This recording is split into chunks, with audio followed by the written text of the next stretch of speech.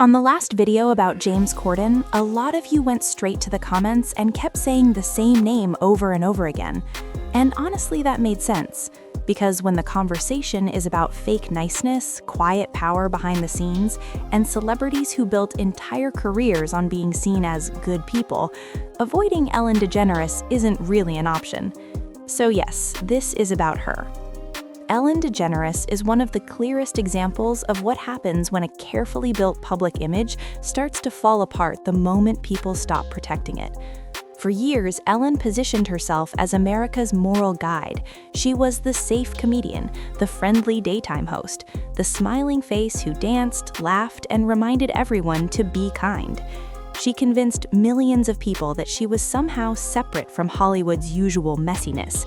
She wasn't controversial, she wasn't edgy, she wasn't chaotic. She was familiar, she was comfortable. And that comfort is exactly why the fallout hit so differently. When Ellen's image finally began to crack, it didn't explode in one dramatic moment. There was no single scandal that ended everything overnight. Instead, it fractured slowly, quietly, story by story, until there was no version of the brand left that could be repaired. Like many modern celebrity downfalls, it didn't start with leaked documents or a major investigation. It started with a single tweet in March of 2020. One simple question: what are the most insane stories you've heard about Ellen being mean? That was it. No accusations, no evidence dumps, just an open invitation. And once that door opened, people didn't hesitate. Stories started pouring in from servers, staff members, employees, and people who had brief interactions with her. A server claimed Ellen complained to management about chipped nail polish, nearly costing them their job.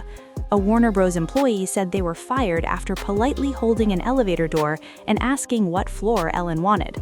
Former staff members said she snapped at them just for making eye contact. Over and over, different people described the same presence: cold, intimidating, humiliating. Any one of those stories could have been dismissed on its own. Celebrities have bad days, misunderstandings happen. But the issue wasn't one incident, it was the consistency. Different people, different years, different locations, all describing the same atmosphere of fear and control. That's when the smiles started to feel less genuine, less warm, more like a mask. When people who worked on her own show began speaking publicly, the narrative shifted. This stopped being about a celebrity being rude and started becoming something heavier. Former employees talked about a toxic workplace, about being afraid to speak, about managers enforcing silence, about people being punished for taking medical leave or dealing with family emergencies. And when BuzzFeed investigated, it wasn't based on random internet rumors. It relied on former producers, writers, and staff members speaking on the record, people who had nothing to gain by coming forward.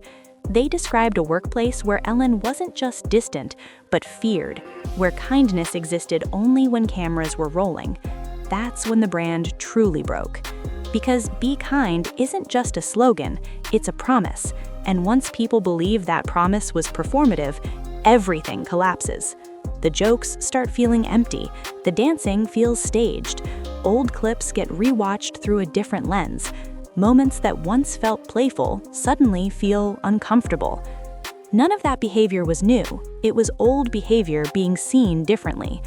Ellen responded the way many powerful figures do, carefully, vaguely. She apologized without fully taking responsibility. She pointed to management. She said she wasn't aware of what was happening on her own show. For a short time, that response worked. The show came back, the audience applauded. On the surface, everything looked normal, but something had shifted permanently. Ratings never fully recovered. Viewers slowly drifted away. The energy was gone. Ellen seemed more detached, more tired, less playful. What once felt like a cultural moment started to feel like an obligation. When Ellen eventually announced the end of her show, she framed it as boredom and a desire to move on, but very few people accepted that explanation. It didn't look like a confident choice, it looked like a careful exit. After the show ended, she faded from view. Quiet projects, minimal appearances, a clean retirement, at least on the surface. Then the conversation shifted again. When the investigation surrounding Sean D. Combs entered public view, Ellen's name started circulating once more, not as an accused figure, not as a defendant, but as someone who had been present, someone who had joked publicly, someone whose old clips resurfaced in a much darker context. At the time, those moments were seen as harmless celebrity banter. In hindsight, they landed differently. Joe Rogan didn't accuse Ellen of crimes. He didn't claim insider knowledge. He asked a broader question. Why does Hollywood protect certain people? Why do some names get dismantled publicly while others quietly disappear? That question stuck.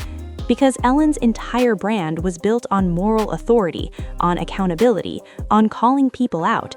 And now, when accountability was expected from her, there was nothing.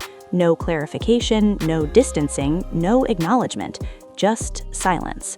And silence from someone with power doesn't feel neutral, it feels intentional. This is where Ellen's story stops being just about a toxic workplace and starts becoming something bigger, about Hollywood culture, about who gets shielded, about how smiling, polished personas can exist alongside control behind the scenes.